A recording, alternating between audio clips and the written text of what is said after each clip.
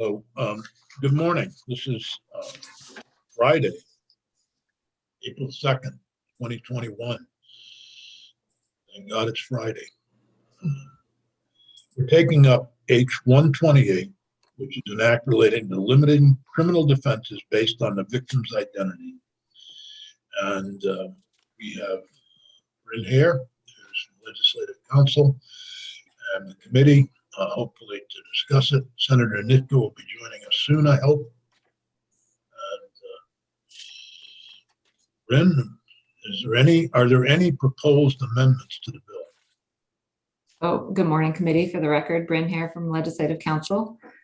So when you took up the bill last week, you took a look at some language that I put together while you were hearing testimony. I can put that back up on the screen so you can look at it again to see if that addresses some of the concerns that were raised by committee members and the witnesses. Would you like it if I shared my screen to Yes, it would refresh my memory. I'm sure the rest of the committee remembers everything. Okay. And Peggy, I'll send this to you also to post because there is some highlighting in this version. So if you remember the way that the bill as it came over to you from the House looked, there were two subsections. There was subsection A and subsection B. And A dealt with what kind of evidence was prohibited from being introduced in a criminal prosecution. And B provided that you couldn't introduce a certain type of evidence to mitigate the severity of the offense, which you heard testimony was really about the sentencing phase. So, and you also had quite a bit of discussion about that language about in evidence of a non-forcible or non-violent romantic or sexual advance by the victim. So I tried to address those three issues in this language. You looked at it a little bit last week. Here it is again. So I combined A and B into one, just one provision here. So, and I've added or sentencing at the beginning. So now it reads, in any prosecution or sentencing for a criminal offense, the following types of evidence can't be used as a defense to the defendant's criminal conduct: to establish a finding the defendant suffered diminished capacity, to justify defendant's use of force against another person. And then I added, or to otherwise mitigate the severity of the offense. Bryn, just quickly, you read in the first line, in any prosecution? Oh, sorry. I like better if it does say in any. But now it says in a. Okay. Yeah, I didn't, if I said any, I meant to say A. Anyway. I just think any goes better with sentencing. Good. Okay. Just anyway. I'll make a note of that.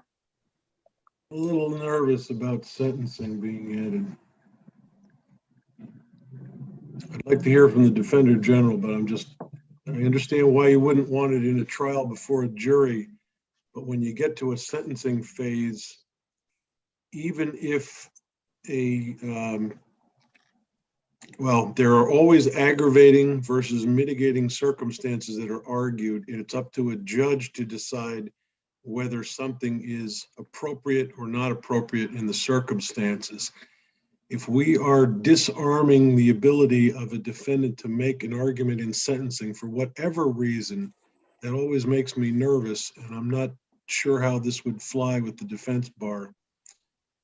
So, Dick, I'd like to hear from somebody in the defense bar to talk about this.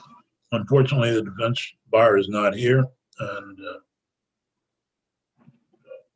I trust that we can. Where is the sentencing in the other? There's no word or sentencing in the version that came over from the House. It was in subsection B. You heard some testimony from the witnesses that subsection B that said that certain evidence shouldn't be introduced to mitigate the severity of the offense was referring to the sentencing phase. And can I ask a question? I am looking at my copy, and what I have is as introduced. I don't have as passed. Oh, I do. I mean, as introduced was sent to me, not as passed. But, Well, you need to go online and get, and print it, yeah, I will. I was, or, but, yes, if you could, Peggy, if they're available. in fact, they're all, everything that was sent to me was as introduced. So I guess they're not any good. Well, the defense bar, Rebecca Turner testified that she opposes the bill. The Defender General opposes the bill no matter what. Mhm. And however, as defense, so against lower sentencing, it's resulting in no data that this defense is used in Vermont, which is sentences naturally have resulted in much harsher sentences. We can, even if we can't get a hold of her, I know what her testimony is. And Joe, you're correct. The defense bar opposes the use of the word sentencing. They oppose the bill anyway. But, Well, I know they opposed the bill. We were talking then, though, if my memory is correct, about the trial stage, not the sentencing stage. right. And this Well, is a new we element. should, okay, could we continue looking through, and if we want to add sentencing or take it out? That was suggested by some of the witnesses. If I had Alice Nitka here, I'd know exactly which witnesses suggested that. Well, David sure did. And Rebecca Turner. Did not. No, she did. She did. Oh, about sentencing, you mean? Yeah. Yeah. She's opposed to the Defender General is opposed to the bill Right. because there is no problem. But excuse me, perfect. What problem is the problem trying to get at? And there's no evidence of a problem in Vermont. That's that's what I wrote down from her testimony. Alice has much better notes, but she's not here yet. And also, they just opposed removing any defense, Right. As a matter of principle. So we need to decide during markup, which is what we're doing. Should we add sentencing or not? Okay, and you added otherwise mitigate the severity of the offense. Right. So as I mentioned, I Peggy, collapsed. can you see if David Scher is available too? Yep, I did send it to him. I can email again, but Rebecca just joined. Great. Thank you, And Rebecca. can I just throw in a thought here? And I know that this won't make anybody happy, but I actually don't think I like the bill at all. Just because I think that why would you eliminate the ability to use something as a defense and trust the jury and the judge to take that into account? Anyway, so I'm not sure that I'm happy with the bill at all, whether it's sentencing or prosecution. Senator Baruch, did you want to respond to that? Sure. So my understanding of what this was trying to do was there has been historically, an entrenched prejudice against certain classes of people, and people in the LGBT community are being represented by this bill. And so the idea is people were being ex post facto were being given either no sentence, that is no conviction, or a lesser conviction based on a shared prejudice with judges and juries, so that they could make an argument that there was something so horrible about the gayness of the person who had been attacked that it forced them into a violent rejection of that person. And then judges and juries here and there were saying, yeah, we can kind of understand that and going along with it. So what this bill is trying to do is take away that possibility from prosecutors and judges to agree with a defense that there's something inherently, productive of violence about someone's being gay. So, I support the bill and I support what Bryn has done in terms of adding sentencing, because if you don't add sentencing or make it explicit that it includes sentencing, then you could have a judge who essentially buys the gay panic defense and circumvents what happened in the prosecution phase under this law. So if I can just have a moment to respond to that. I understand that, but Yeah.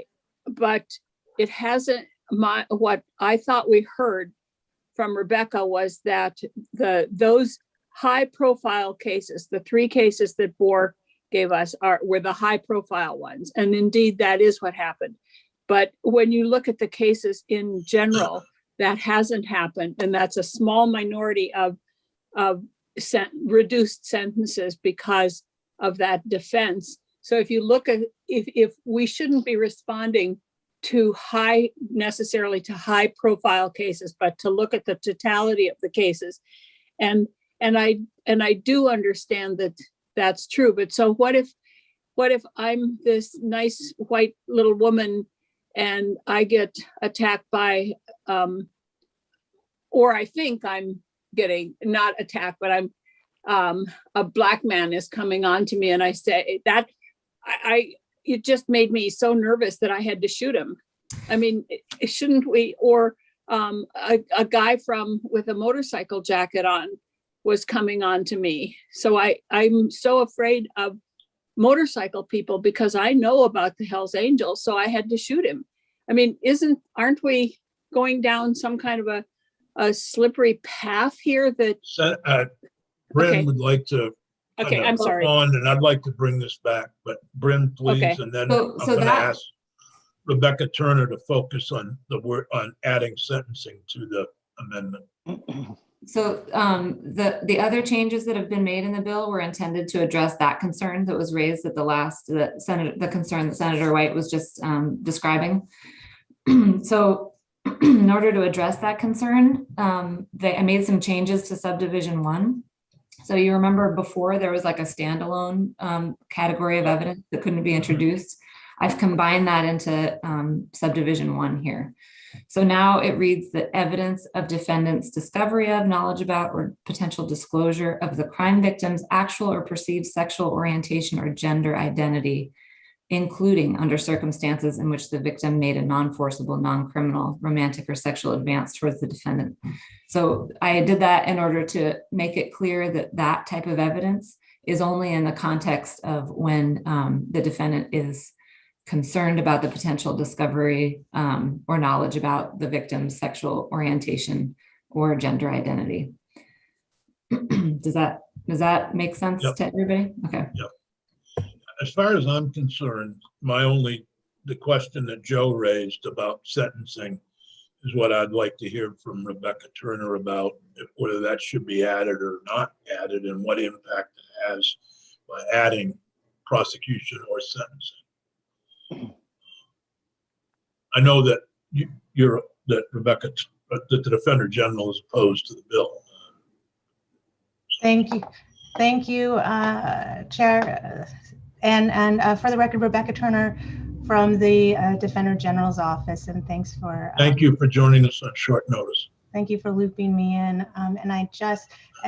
Bryn, that was helpful to see it on the screen. And I don't actually have a copy of that. Let me up on my screen, but if I recall, oh, here, thank you. So yes, I think the impact of adding that language is to clarify, if there was any doubt, that this categorical ban on consideration or on admissibility of this type of situation cannot be considered at all in a criminal court proceeding, sentencing, prosecution. So I think that achieves that purpose. In terms of whether or not that changes my or the Defender General's office's position on this bill, it doesn't, as was predicted. And again, it's reinforcing the reasons why we oppose it, which is that, and I think I think it may have been even Attorney Scher from Attorney General's office or the prosecution's office, but at sentencing, there is, of course, a long tradition that we want the judge to have the maximum flexibility to consider all possible factors, all possible relevant information going into all the myriad of factors that judge is weighing in terms of the various purposes of choosing the right sentence for that particular individual, right? So it's both maximizing discretion for the judge to consider all, so she can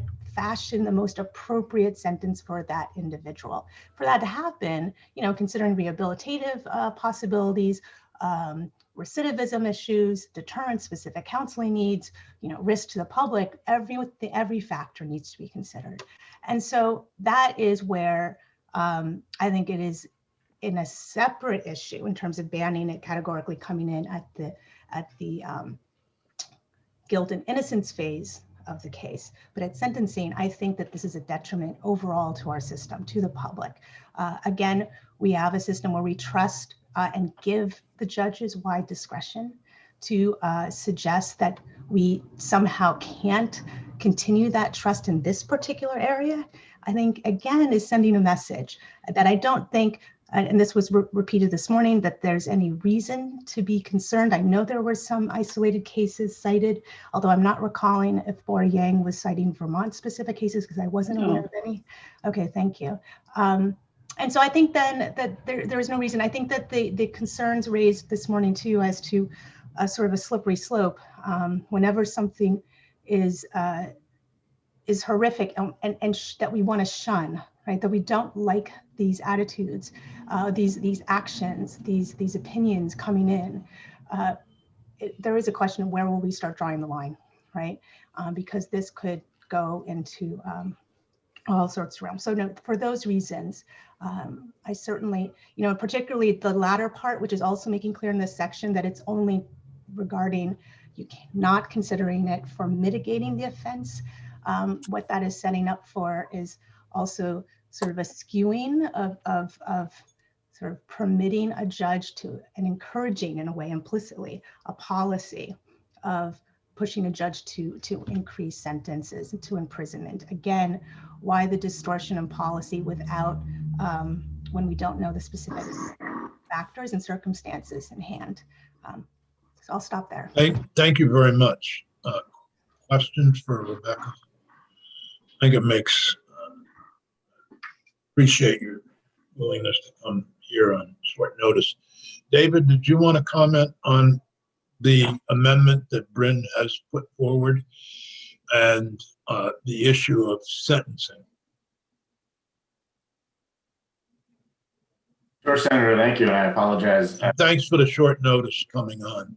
Appreciate it. No problem. I've only been able to review briefly what is in front of you.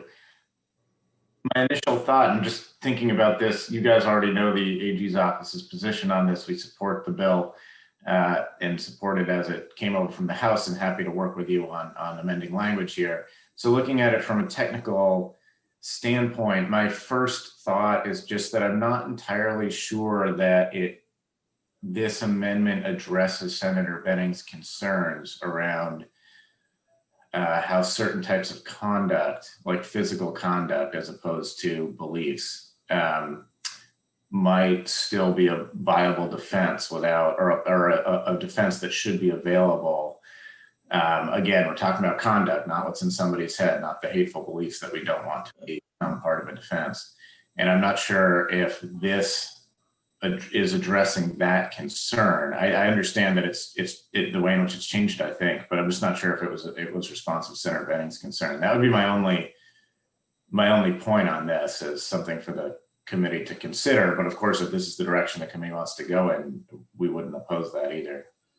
I like the format that she's presented. My only question is whether sentencing should be added or not. Again, we don't oppose have this version of it. I think it's fine to explicitly include sentencing. It is doing it in a way that puts everything together in a way that the prior draft separated out the sentencing phase in a way that I thought might address some of Senator Benning's concerns around certain types of conduct, not what's in somebody's head, still being a plausible defense in the trial phase. But I'm coming in quickly here, so if Attorney Yeah, Harris, understood. I Just, will defer. May I ask Yes, David a question? yes, please. So I maybe I completely misunderstood Joe's concern here. I thought that he did not want sentencing in here because sentencing is that we want to give the judge maximum information during the sentencing process. So I'm confused about why you would think that adding this in was somehow meeting Joe's concerns. Let me make sure you understand my concern, David. First off, there's two phases of a criminal prosecution here. First is the trial, where a jury is going to make a decision. The second is the sentencing phase, where a judge is going to make a decision. I was somewhat sympathetic with the idea of language prohibiting a defense in a criminal trial phase, because I saw some wisdom in society trying to block that as an excuse. A judge, on the other hand, I've been through the judge reviewing process, nominating process 5 times. You are grilled. We don't pick judges who have biases. We pick judges who are able to understand where things should and should not come into play when making a sentencing argument. If I'm a criminal defendant that has grown up in the Westboro Baptist Church, all of us may agree that, in fact, we don't want those kinds of people being produced in society. But the fact of the matter is, I'm a defendant in a situation where all of my mindset is the Westboro Baptist Church. And in a sentencing phase, a judge may have before him or her options for how to address programming needs. But for me as a defense attorney to be stripped of the ability to say, Judge, there's reason X, Y, or Z as to why there should be some consideration for how this individual was programmed to be in this position. And what do we do about that? Do we warehouse them, or do we provide them programming in a probation situation of some kind? I find it very unfortunate that this language has come up at this point. And I'll back up to say I was all in favor of a judge being given the ability during trial phase to have a jury instruction that the jury could not consider any of these particular elements being addressed here, for the very reason Philip talked about of society learning how to reject these kinds of defenses. But when you get to sentencing, that's a whole nother ball game for me, and I just can't go along with this. Mr. Chair. Yep. So I understand where Joe's coming from, and also Rebecca, and I think that that's, in general, that's not an argument I disagree with, but I feel as though we do this a lot where we say, well, people in other parts of the country have problems with violence, prejudice, et cetera, but not here in Vermont. And, you know, so when Joe says that we don't pick judges with bias here, of course we do. You know, I'm not going to specify particular bias, but I think we all understand now that when we talk about systemic bias, we're saying that legislators have bias, judges have bias, juries have bias. And as a society, we're trying to figure out how to manage these things. So if we create a hardcore separation between prosecution and sentencing, and we say we're not going to allow this defense and prosecution, but then we give a single judge the ability to implicitly or explicitly buy this defense, and bring the sentence down accordingly, then I think our work has been defeated in a way that Bryn's draft wouldn't allow. So, I don't think, I think Vermont is a wonderful place. I think we have less violence and bias than in other places, I'll be honest. But we do have our problems too. And this, I think, seeks to speak to something that people in this community have been worried about for good reason, because they've seen trials. Or Yang mentioned the high profile ones where people's sentences are mitigated because the person says, I discovered this person's sexual orientation and it was that disorienting that I had to attack them. So the first draft, and I want to be clear, so Bryn, correct me if I'm wrong, the first draft did include sentencing, it just didn't make it explicit. So if we went back to the House language, we would still be including sentencing. This draft just makes it explicit. Am I right in that? Mm-mm. No? Yeah, so it's my opinion that the House version did include sentencing. It didn't use the word sentencing, but subdivision B provided you can't introduce certain types of evidence to mitigate the severity of the defense of the offense. And it was my testimony, I think it was the testimony of others, that really indicated the sentencing phase. Okay, so in that, if I could just finish, Jeanette. So Yep. In that case, I think the House decided on including sentencing. And so I think that's a fair question for us to pick up. But if we went back to their language, it would still be there. If it's going to be there, I would prefer that it be clear and explicit. Do we, I know that there are certain things that aren't allowed in a jury trial, like hearsay evidence and stuff like that. There are certain things that are disallowed. Do we disallow anything else to come before the judge? I mean, do we say you can't take into account their poverty level, or you can't take into account you can't hear? Is there anything else that we tell a judge that you can't listen to when you're about to sentence them? Well, we have a rape shield statute that prohibits evidence about a victim's sexual history from being introduced. Right. But that's the victim, not the defender, the defense, right? Or would that be used as a defense if it was allowed? Yeah, I get you. Is that the only one you think? I don't want to say that that's the only one. Rebecca, did you want to comment on that question? I did. Thank you for the opportunity to respond. There is, as I understand the reading of this bill, the judge would not be able to consider this. Where you reference hearsay, the Rape Shield Act, there are pieces which prohibit it, but a judge gets to consider whether in fact it falls within the category, right? And it comes in, but not based on the subject. But Rape Shield, and you're talking about the guilt, the trials phase of the case. At sentencing, you're right, Senator White, about hearsay, but otherwise it is extraordinarily expansive in terms of what can be considered. Jessica, from the network, did you want to speak? Sure. Thank you so much, Chair and Committee. Jessica Barquist from the Vermont Network. And I will just say that we wholeheartedly support the language changes that Bryn has made. I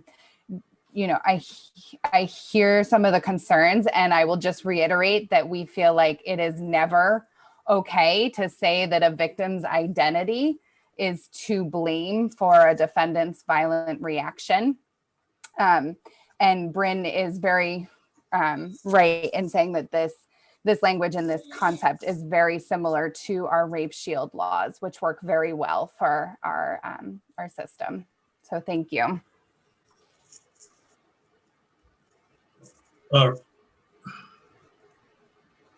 Committee? we have to make a decision. I like Bryn's changes. I support the changes. But I go with the majority of the committee on whether or not to add sentencing.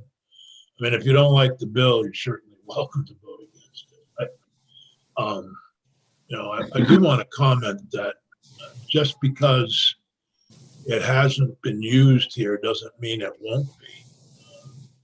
I remind people all the time when they used to say, well, there's never been a shooting in a workplace in Vermont, that there was one in Bennington. It just happened in 1993 before all the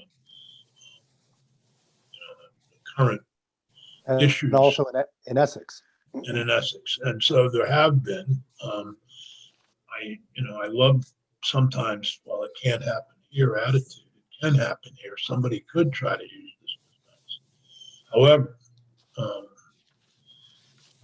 I hear what Joe is saying about the sentencing phase, and we allow all kinds of things to come into the sentencing phase. It doesn't mean that the judge has to take that into account when deciding the sentence, or 99% of the cases anyway are plea bargain. So it's very rare that the judge overrides the plea bargain. I know there was a recent case in Bennington County where the judge overrode the plea bargain and gave the guy 18 months because that's what one of his associates got. And he didn't think it was fair that this guy was going to get, I think, 12 months.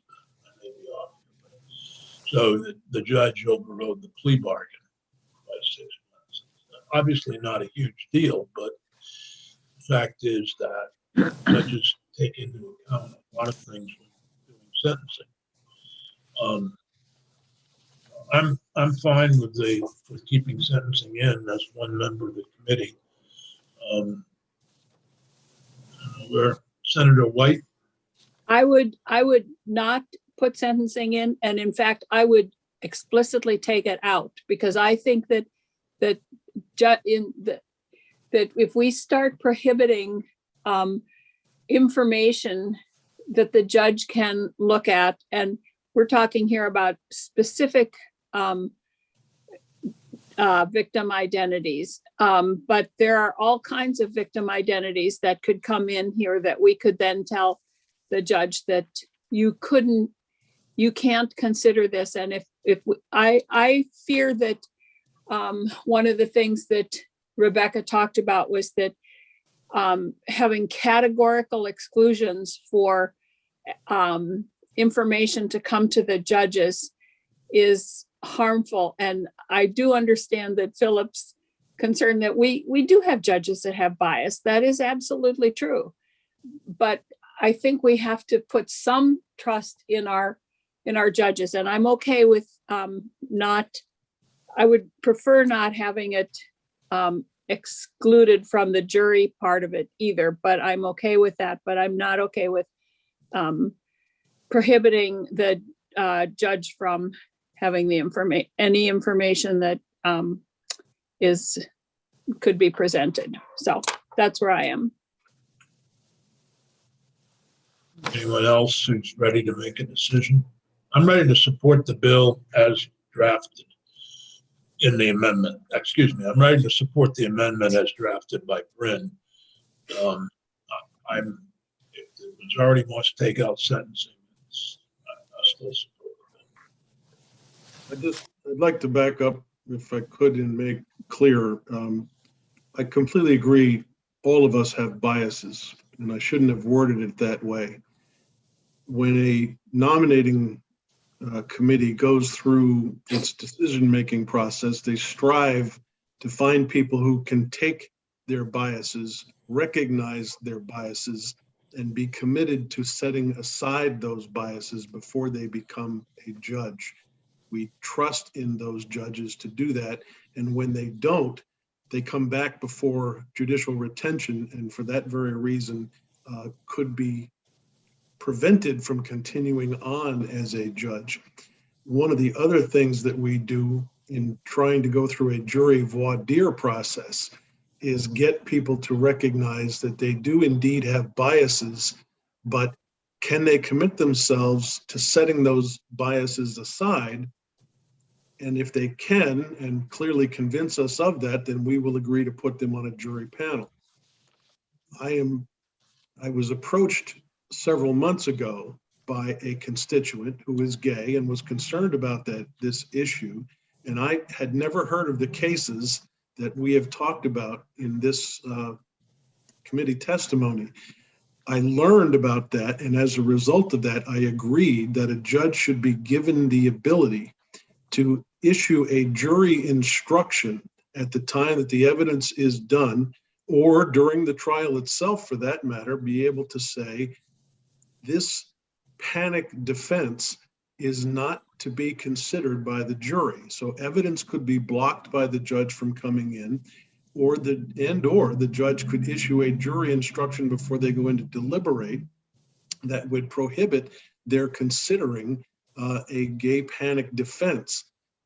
I can sympathize with that as a reason why society wants to move in the direction this bill wants to take us.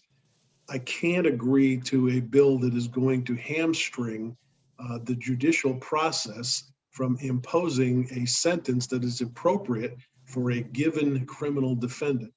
So I guess I'm opposed, and I'll leave it there. Senator Baruth. So just to complicate things by 10, I support the bill as drafted and as amended by Bryn, and I support that strongly. What I couldn't support is taking the bill in a direction that is self-defeating. And I think if we change the House draft so that judges can in effect consider the gay panic defense, we've defeated the whole purpose of what we're doing.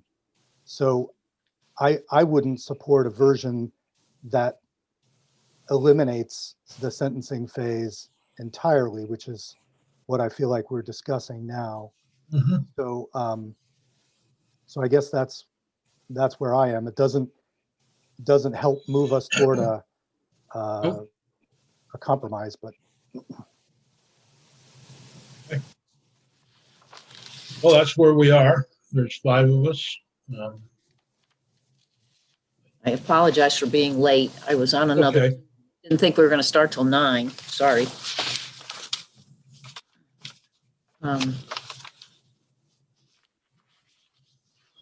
You want some time to think about this?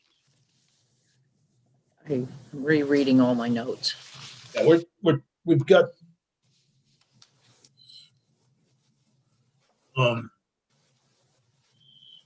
I'm not sure what that means, Peggy. We do need to go to the next bill at 9:15 because we have witnesses who need to. Can we come back to this at 11? Bryn, are you available? Yep, that works for me. And Bryn, can you send me the new draft, please? Sure, sure. Thank you. Why don't we come back to this at 11 a.m. And anybody who's on the line now who would like to join us at 11. Mr. Chair, would I have a constituent who's also a representative who was one of the sponsors of this bill? Would it be possible to get testimony from Taylor Small? Well, if we want to, I've got so little time and I'm not sure how that would be helpful. Okay. I just don't know. I mean, we're limited time here. We're on a crunch. We've got 12 bills from the House, not counting the ones that are still coming. And this is, I was hoping if we can't finish today, then yes, we could hear. It's highly irregular for us during markup to hear.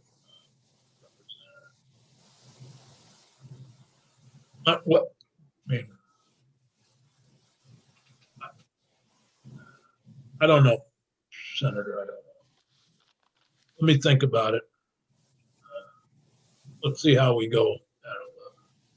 See if we can get it. Anyway. Okay, thank you. Thank you. All right, we're going to turn our attention from H-128, which was the simple little bill, to the more complex bill, S-99, which is a bill that, I'll be right back. I just have to turn up my thermostat a little bit. It's freezing in my room. oh, okay. And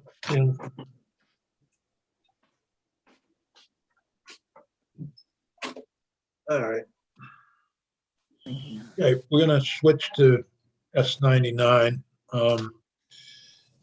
and take more testimony from the survivors. And yesterday, we heard from the survivors of the St. Joseph's Orphanage. Today, we're hearing from 3 survivors of the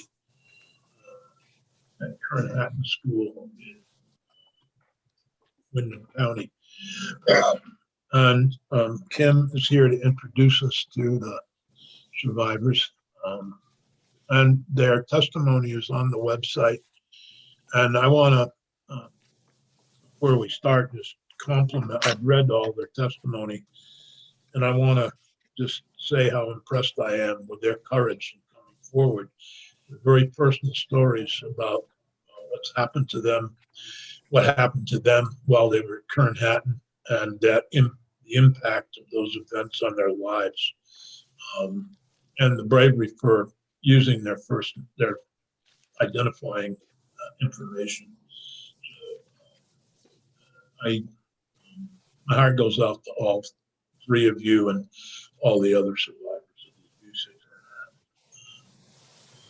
And I don't know what else I can say other than we will try to do what we can to help you all. I think there's a template from the way the city of Burlington is treating the St. Joseph Orphanage case, which has I can't think of the group that's working with the survivors, as well as the Attorney General's office and others who are looking into the allegations. Kim, if you would please introduce us to your clients. Thank you very much, Senator Sears, for your kind words and observations. We really appreciate the opportunity to be here today. And you're right, it is very difficult and challenging for they and doing what they can to help others to ensure that childhood physical abuse in the future is deterred and that there's actionable ways to proceed against those who are culpable. We have 3 survivors today who went to Kern Hatton School for Children, and they range in different time frames from when they were there.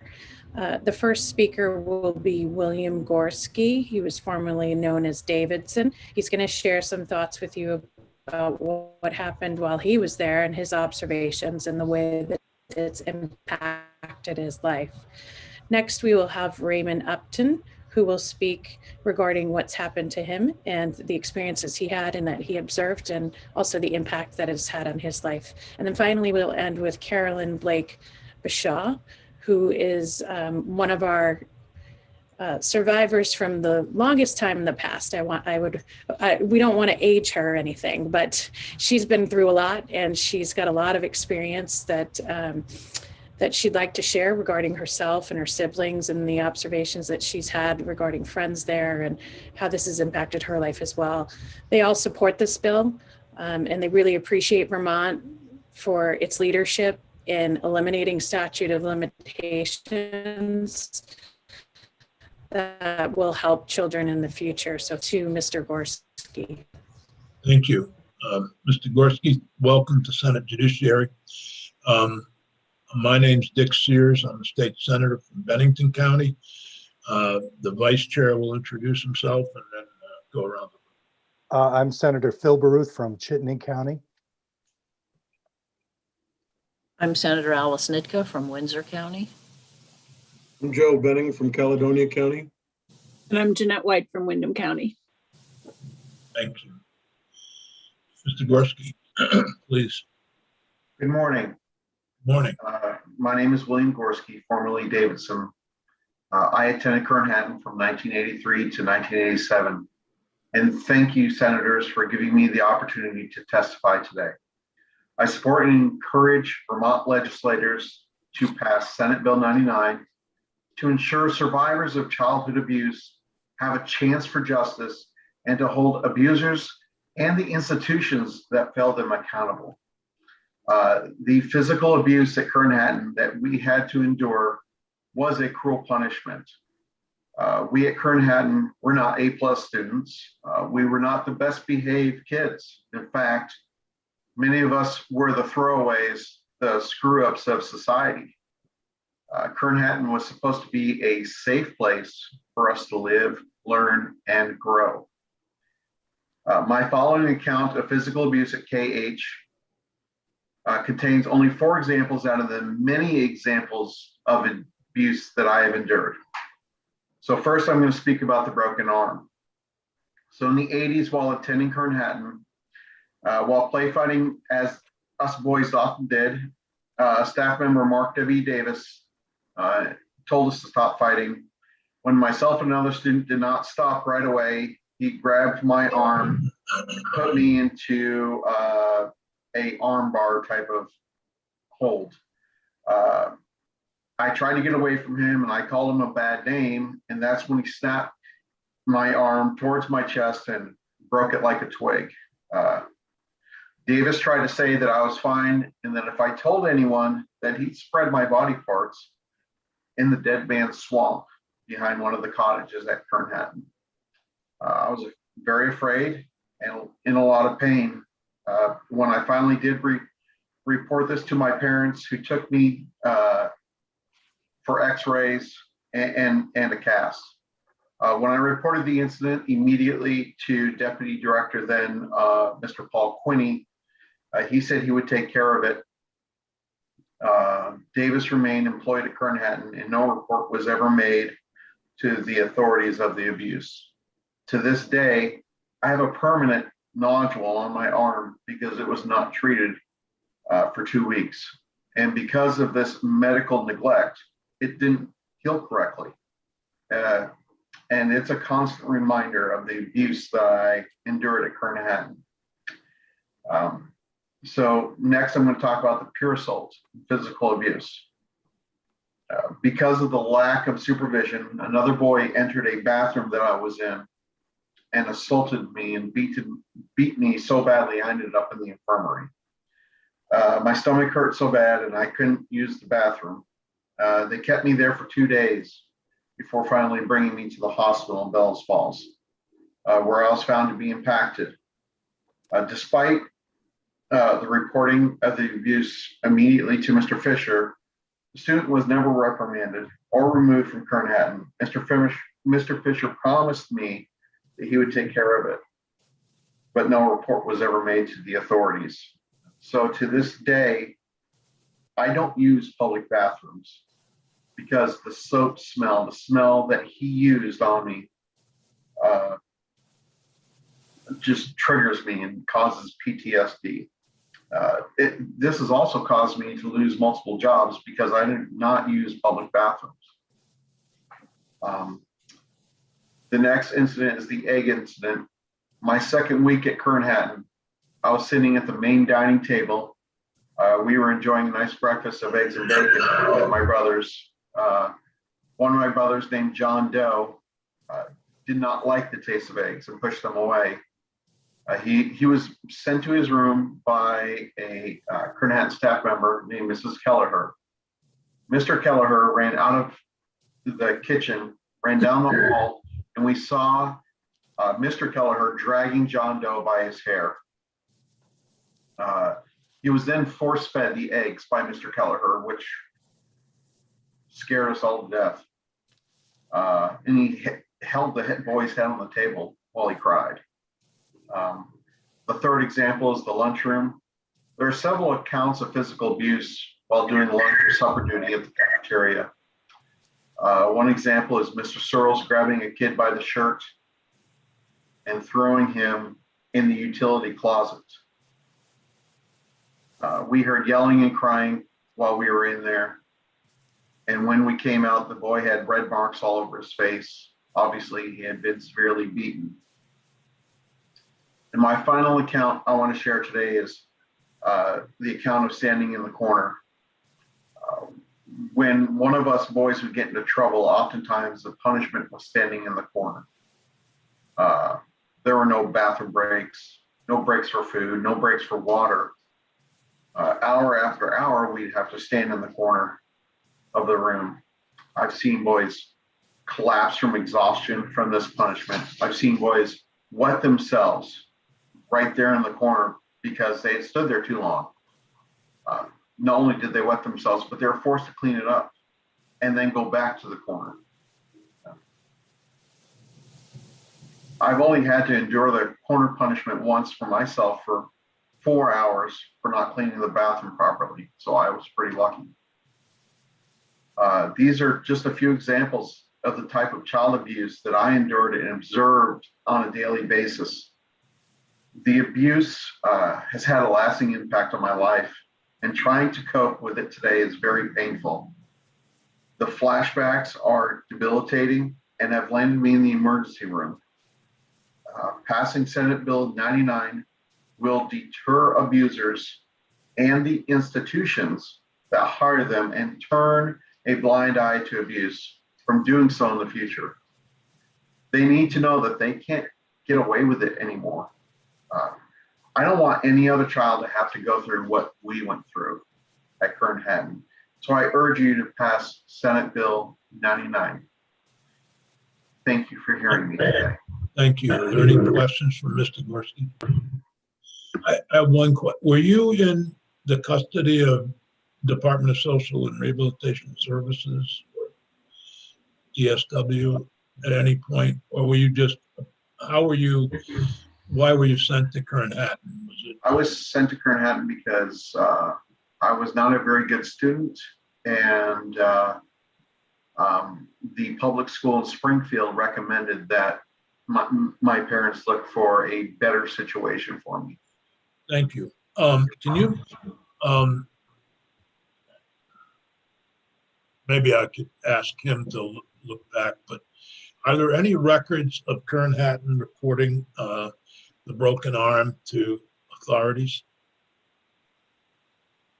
Is anybody aware of any record of them reporting this? Nothing has been produced to us, and we have sought records. So we haven't seen any report of that to authorities. My understanding. On behalf of the Senate Judiciary Committee, could we request from the Commissioner of Department of Children and Families that we want to see any records of reports of abuse of Mr. Gorski, previously Davison? Could we do that, Eric? Obviously with his permission to seek that. I'd like to know who was responsible for not reporting the abuse. So obviously in the 80s, I'm pretty sure we had mandatory reporting. Somebody failed to do their job. Yeah, I think we can certainly submit the request. I'm not sure. That doesn't mean we'll get it, but I think Right. we need to demand that information.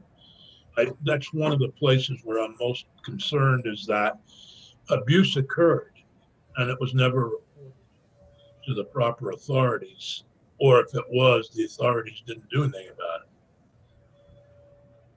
it. We share your concerns. Is the question whether the I'd like to see the records. I'd like to see the records of a report or the lack of a report to the department. I believe at that time it was, are you talking 1980s? I believe at that time it was Department of Social Welfare, but I don't remember social welfare. It's DCF now. I think social and rehab services is what it was at that time. SRS at that time. Thanks. So I just was wondering, you want to know about not any reports of abuse, right, of Mr. Gorski. Right. And would there not just reports by the school, but I would think you'd want to know maybe if they'd heard about it from anybody. If they heard about it from anybody, and if what was done about it. And right. Obviously, there is information that's confidential. We understand that. We want to know what was, there were reports of what was done. They should be provided to Kim if they're confidential. Yes, and I appreciate the efforts, Senator Sears and Mr. Fitzpatrick will coordinate and work collaboratively with you to see if we can somehow unravel and discover these records that haven't been produced to us to date. And I also think you'll need to have the range of years that might have occurred within. I think maybe it's already someplace. I think it's already in his testimony, the year that they. In the written. In the written testimony, exactly. Thank you, Mr. Gorski. Appreciate your testimony very much. Thank you, Eric. Yep. Mr. Upton. Thank you. Thank you. And thank you to all the senators here today for taking testimony on Senate Bill 99.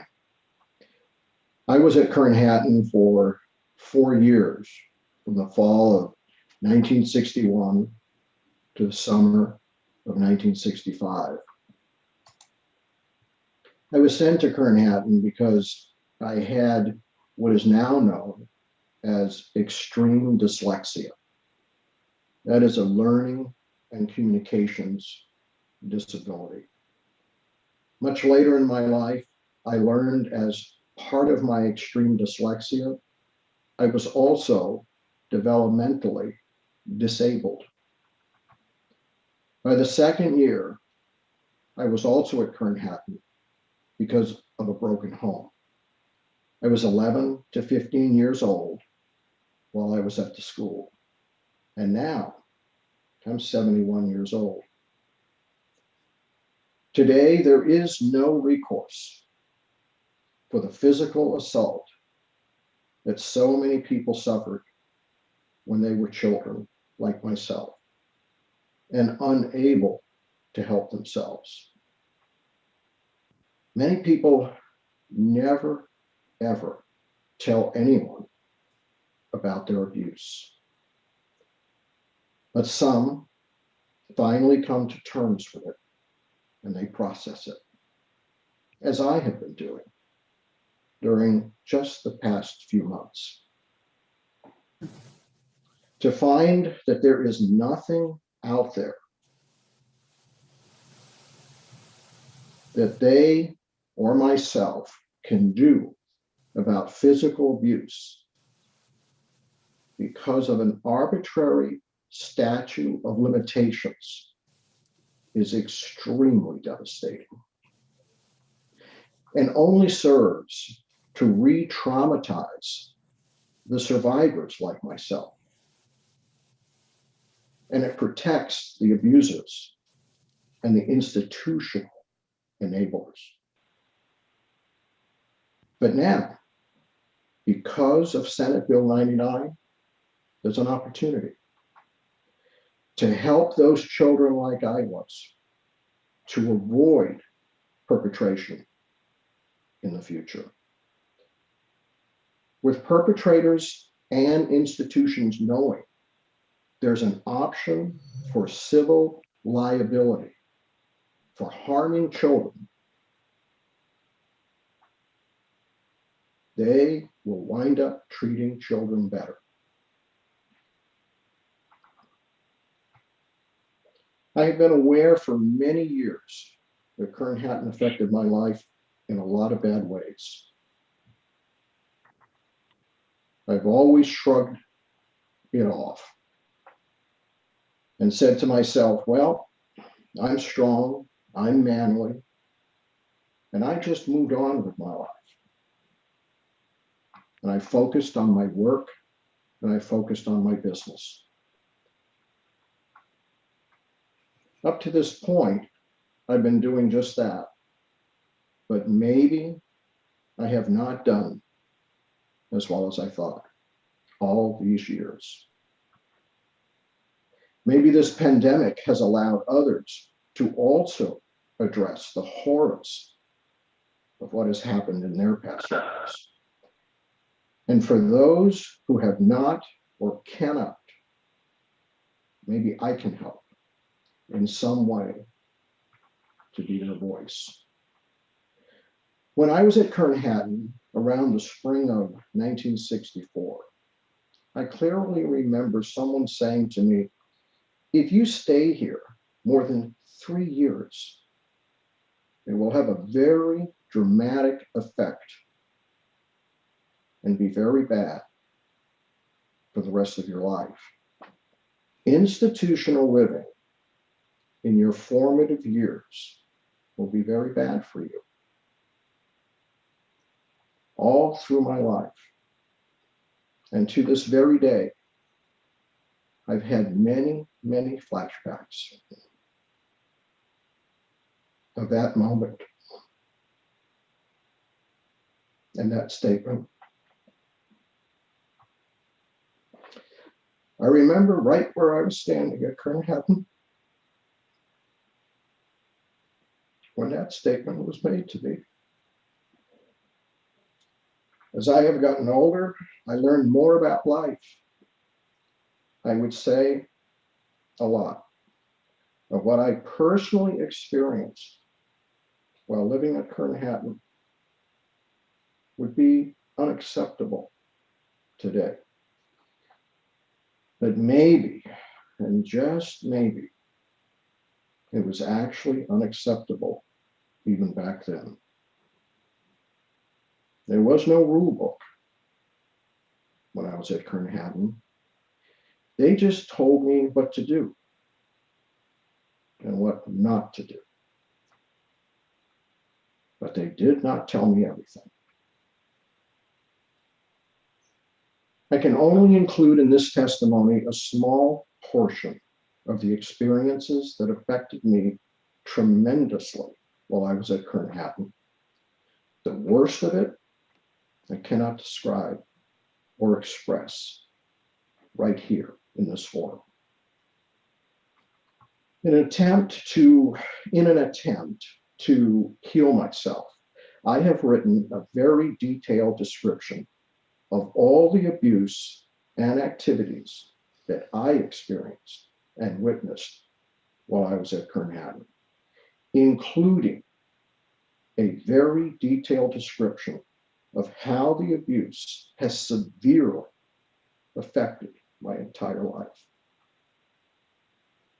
Simply put, in summary, throughout the 4 years I was at Kernhattan, I personally experienced with other boys, men and women, the following: forced and violent oral sex.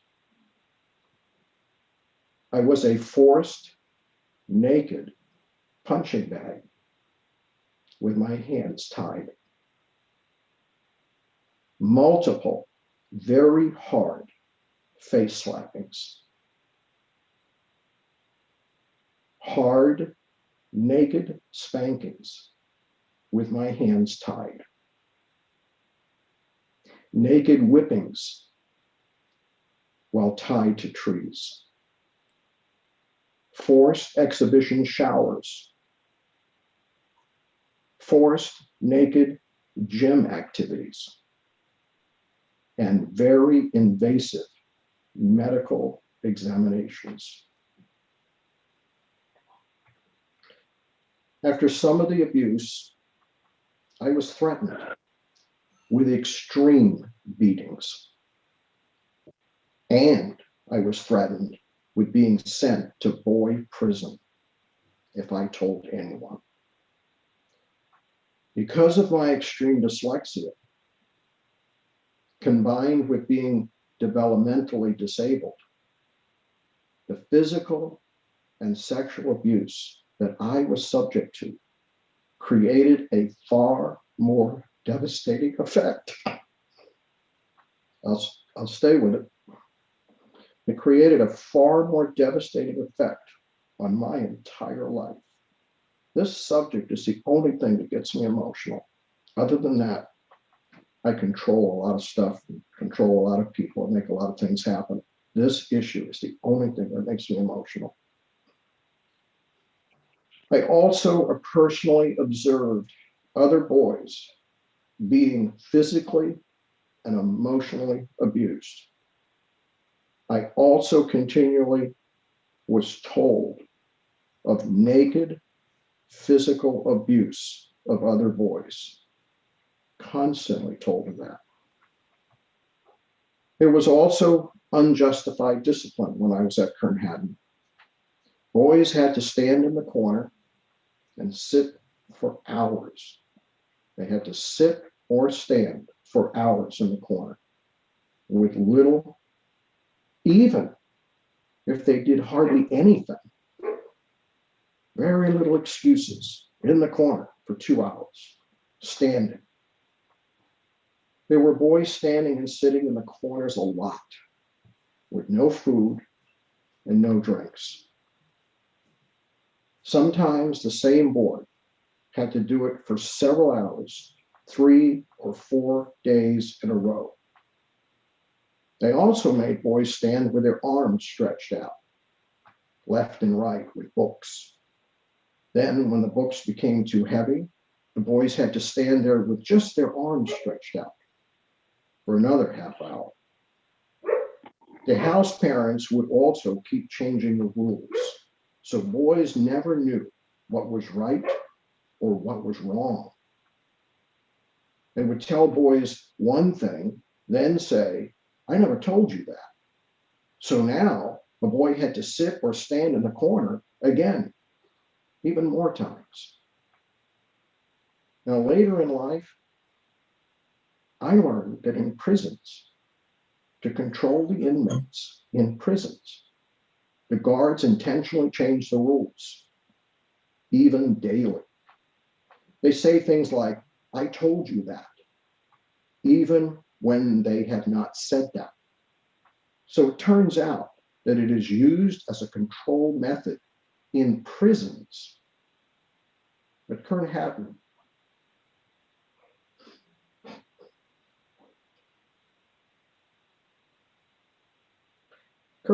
was not a boys' prison.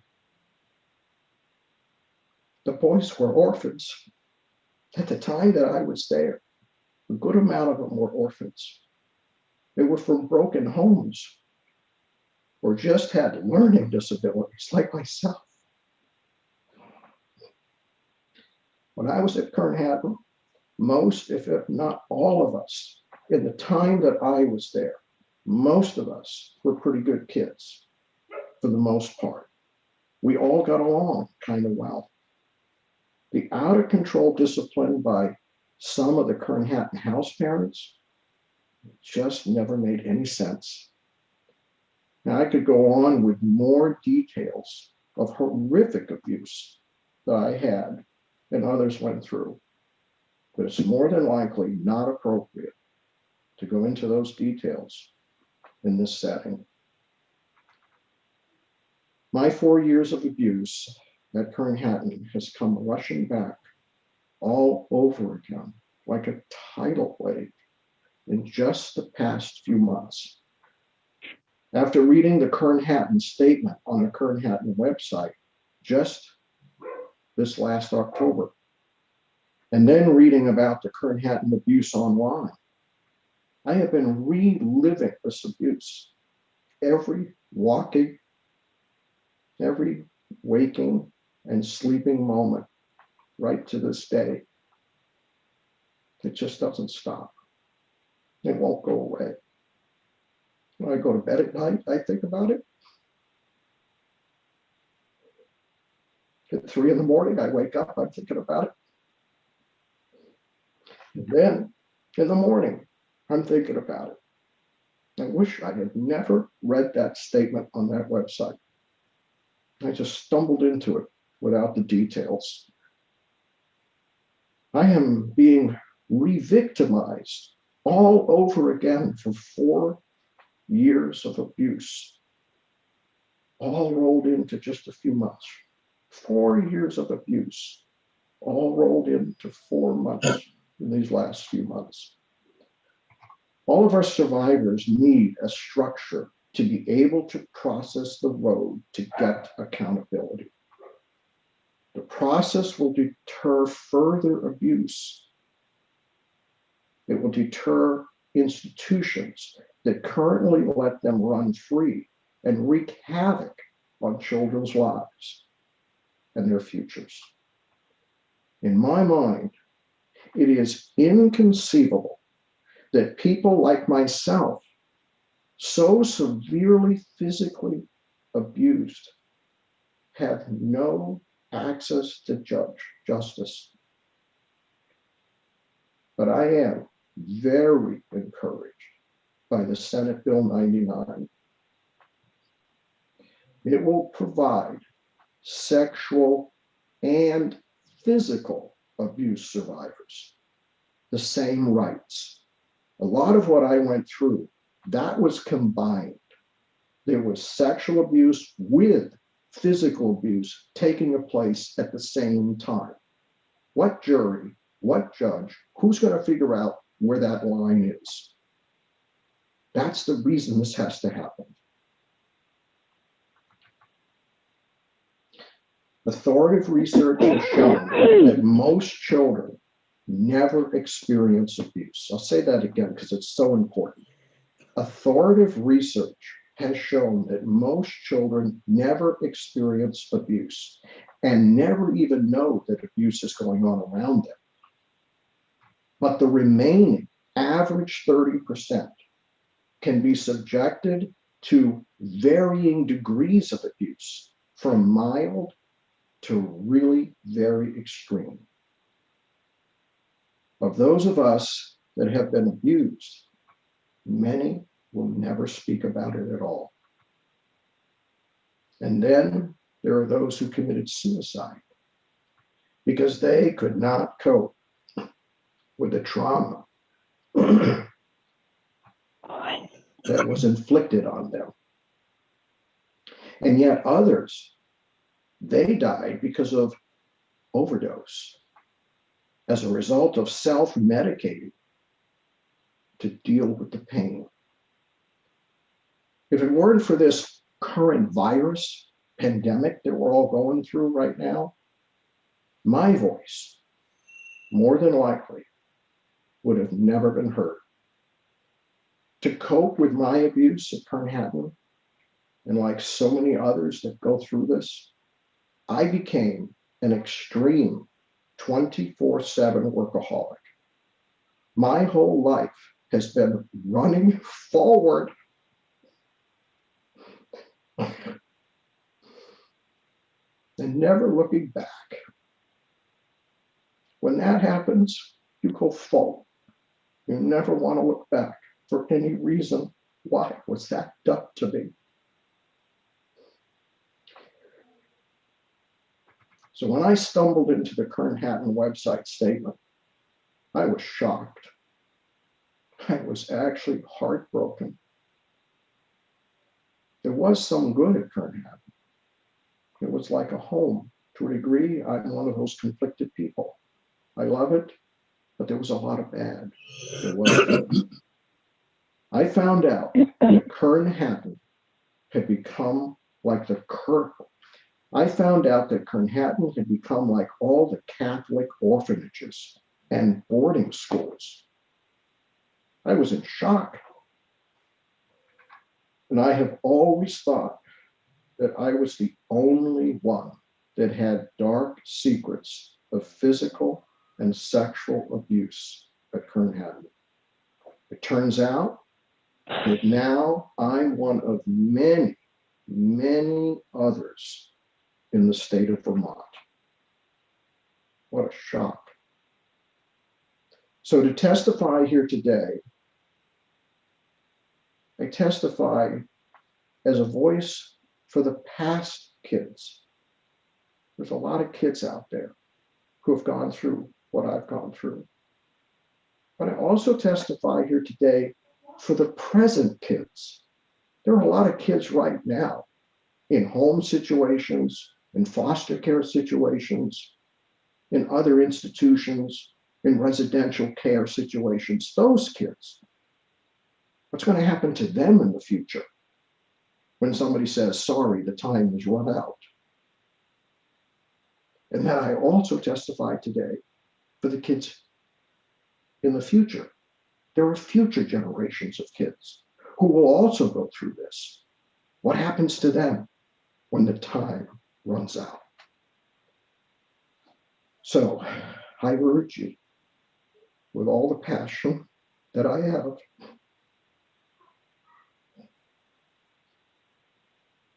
pass this bill 99.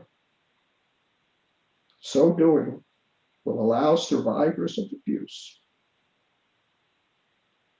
to take the negative experience and then turn it into positive for the future of children at Kern-Hatton and throughout Vermont.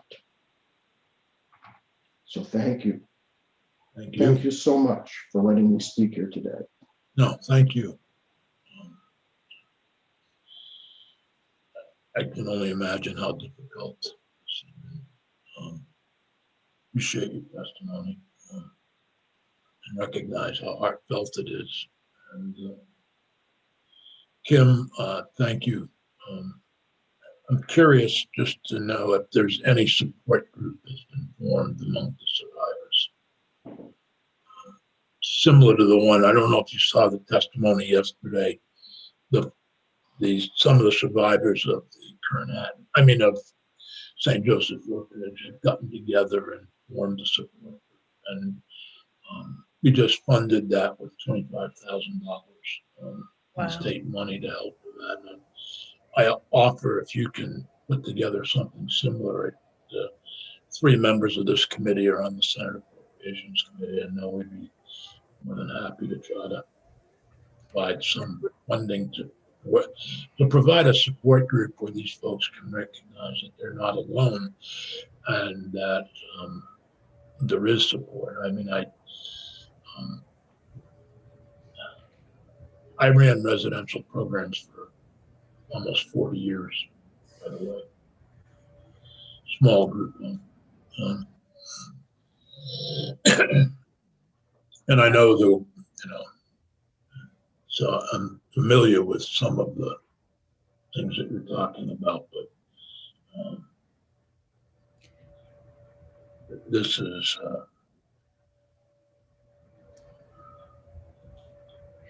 Senator thank Sears. you. Yeah. That is very gracious, and I think we would appreciate the opportunity to do that. Mr. Upton and I actually just very recently were talking about this and talking about trying to find an actual expert in what's called boarding school syndrome. So we have started these discussions and have started to look for someone who could actually run, an expert who actually could run the support group that has the skill set to help everyone through and process. So this is something that has been very close to us in our hearts and in our minds. I've spoken with other clients about this as well. So we would appreciate anything that the Senate can do to help fund that. That was one of our concerns. We were talking about how do we find someone who will take different types of insurance and different factors that we have to go through to ensure that we could run this correctly. Eric, you sent a link yesterday, I believe, to myself and others for the St. Joseph Orphanage. You have that link? I'm not recalling that. Who sent me that? I don't think it was. I get so many emails that I forget who they came from. Yeah, that one wasn't me. Sorry, Senator Sears. That's all right. Thank you, Eric. Kim, I'll try to send Peggy a copy of the link. It's to the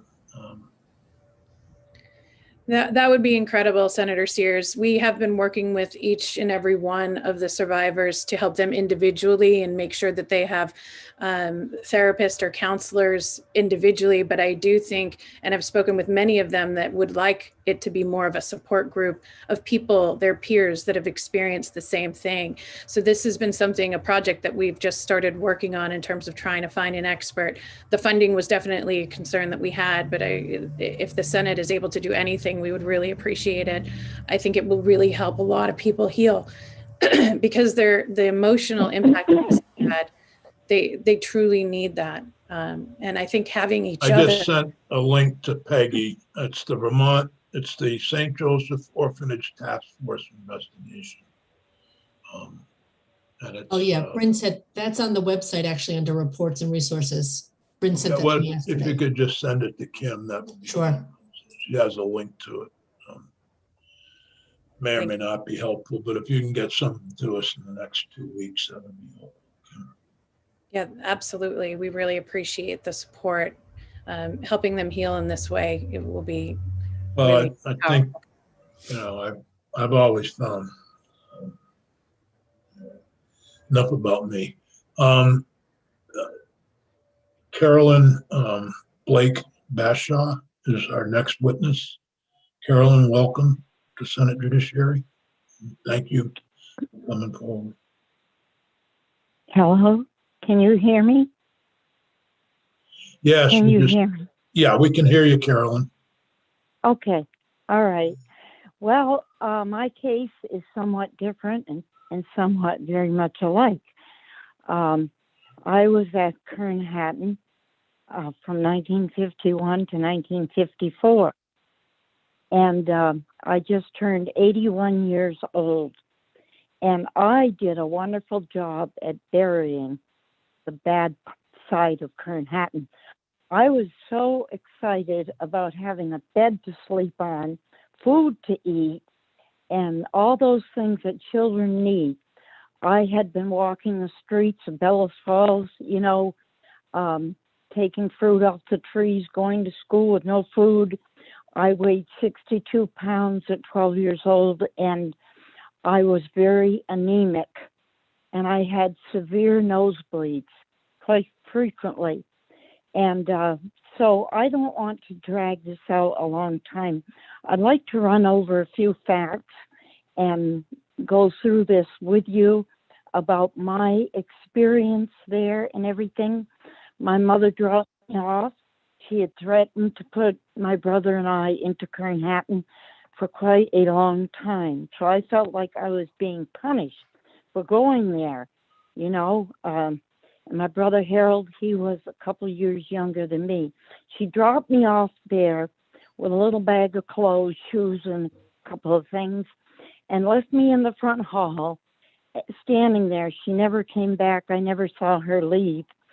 And I was standing there and in shock, you might say, not knowing what to do. And I heard the cook speak out. She said, "Not another Blake."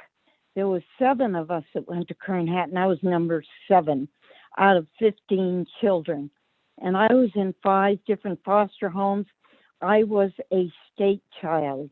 My mother had gone to court to get my brother and I on the state of Vermont. And so anyway, I'm standing there, and this woman comes out. She tells me to get things together, my bag and stuff, and that I am to clean the stairs and do all that. And I don't want to go into a lot of detail, but anyway, it's all in the report that you have. So I got this slap across the face because I asked another little girl where to find things to clean the stairs, which I was told to do. And it wasn't just a slap. It was a hard hit. My head spun around. And I'll tell you, I was in such a state of shock that I started screaming. And Miss Ward came out with her adhesive tape, 2 inches wide, and tore off a piece and put it over my mouth. My nose was blood because I'd been crying and I could hardly breathe. And I stood there gasping for air. Well, anyway, so what happened was that, I'm beginning to feel anxiety right now talking about this. So what happened was she came out after a while and she ripped that off my face. And it hurt really bad, like had bad burn you get, Yep. So then, anyway, I want to jump over to some other things. I had a severe nosebleed, and Mrs. Ford, the one that had slapped me, she took me upstairs and she put my head on the floor and my feet up in a chair. and blood was running down my throat. And she let me choke and gasp, and all of a sudden the blood clot formed and almost choked to death. And I was so petrified, you know. And so she finally let me up.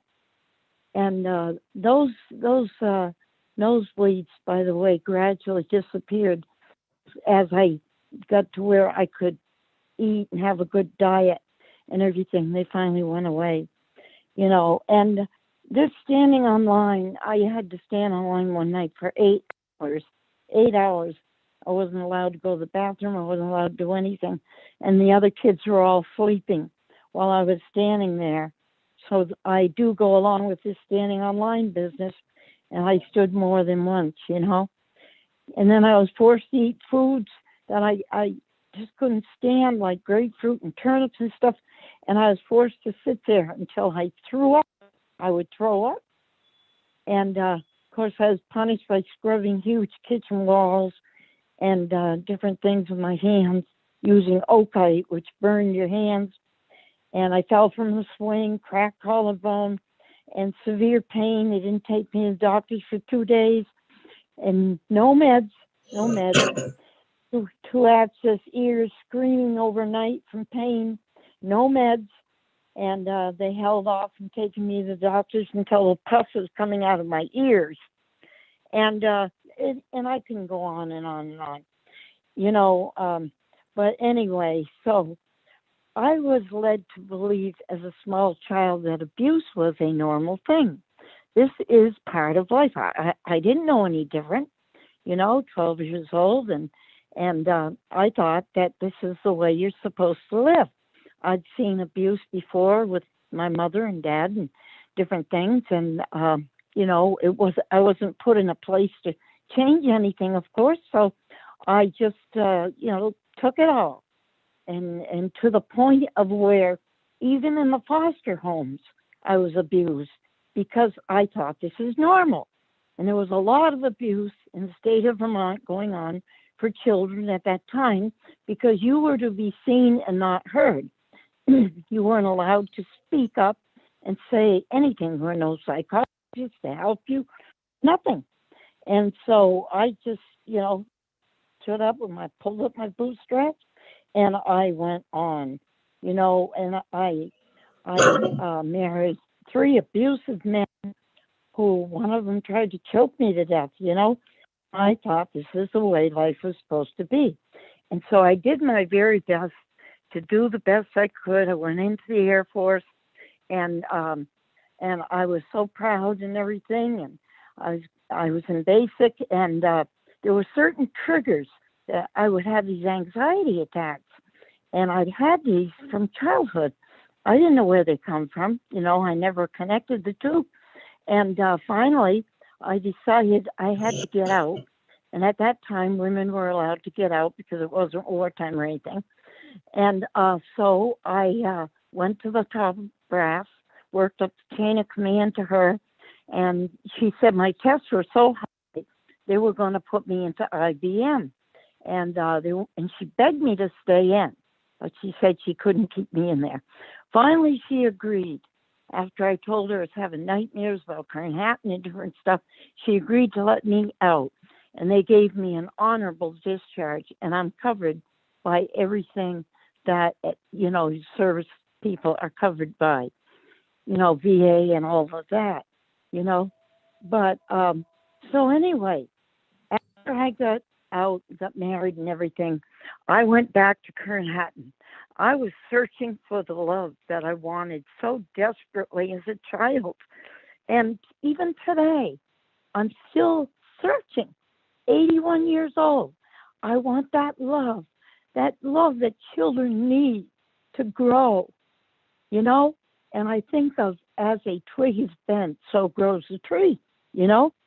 And so what I did was, 1968, I started getting involved with Manhattan. I supported them financially, and I became, vice president to the alumni. And I gave all my time and energy I could to Manhattan. And I did it to help the kids that were there. And I had put this other thing in the background. until this last October. So when I heard about this, then it all come flooding back, and I started to cry.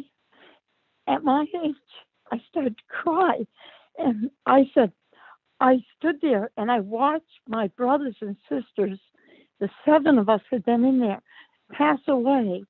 And one wrote a book, No Mom, No Pa, and he tried desperately to get Kern Hatton's attention about the abuse and everything. And they shredded it. They got his only copy and they shredded it. And they told me that they had destroyed all of the Kern Hatton records. They were gone.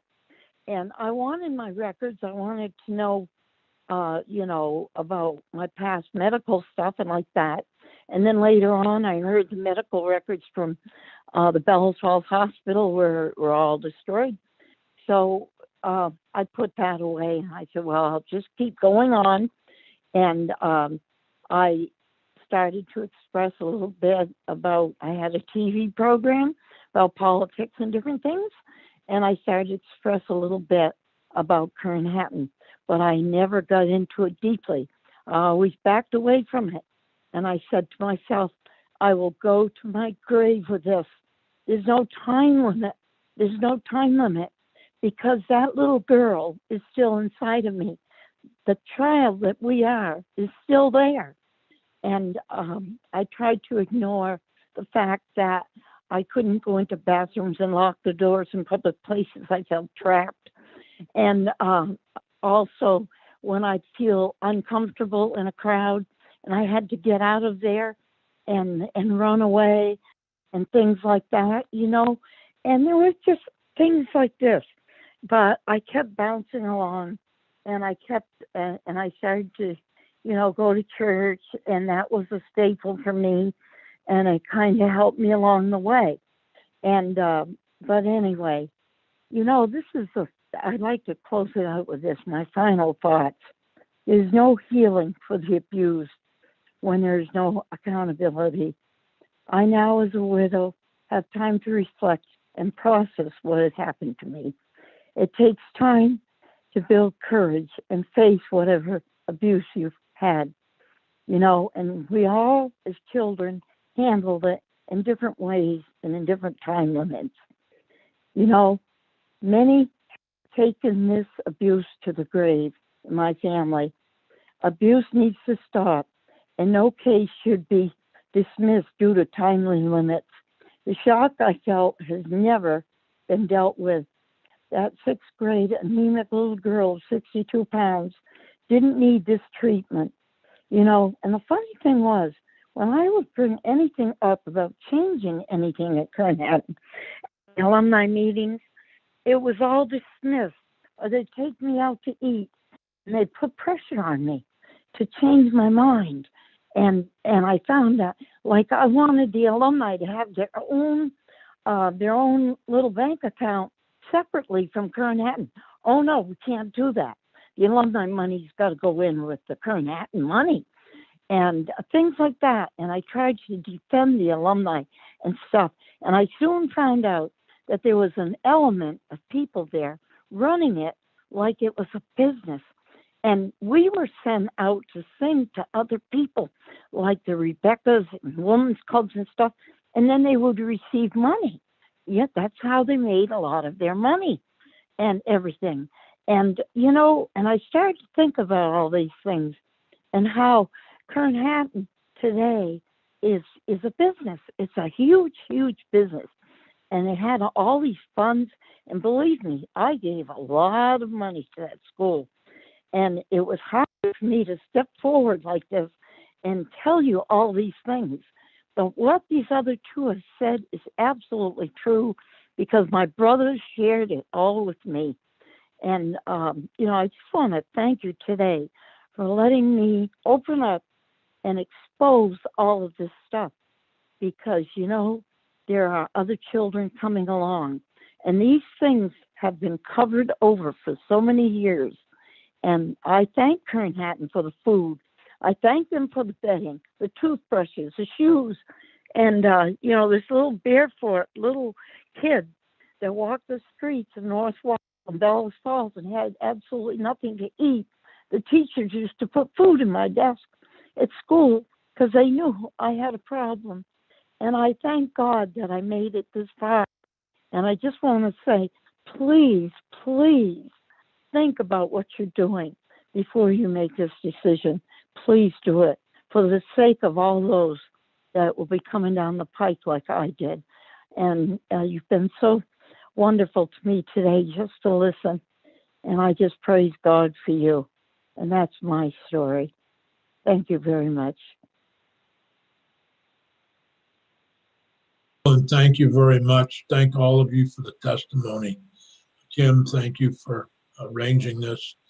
We will be doing markup of S99, which means we will start to make some decisions about the bill later, if we have time later on today, but we'll also be looking at it next Wednesday at around, I think, 10:45 a.m. So Kim and anyone else who wants to can join us at that time. Just work through Peggy. We have one more witness, Emily, who we're going to hear from shortly after a 10-minute break, and we'll be back at 20 minutes after 10.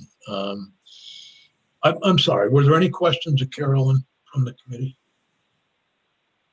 Thank you so much to all of you, Ray, Carolyn, and Bill, or William. Thank you so much, and Kim. you. Appreciate it. Look forward to hearing